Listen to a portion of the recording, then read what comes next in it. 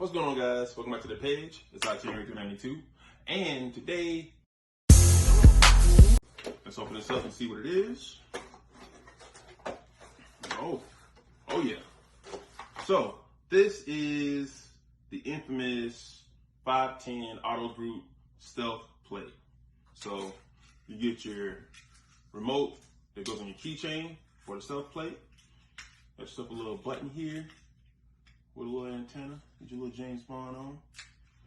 You get your power source and your wires all in one. I like this. It's all in one thing. This box goes inside the cabin of the car.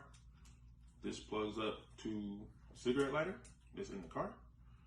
And this button can be installed in your dash somewhere. So you have a button on the inside of the car. So you have not one, but two areas where you can operate the plate while you're driving or while you're at a car show. Or when you pull up to the car show, you can hit this button or this button on the remote to activate, these are the screws, to activate this thing. So there's a line right here that comes out, that connects to this line.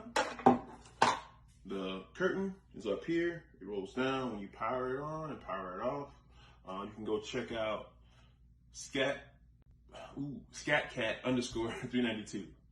And you can check out his IG to see this plate in action. You can also check out 510 Auto Group's IG to see this plate in action, as well as their other products, which is like a flip plate, which is pretty cool, by the way.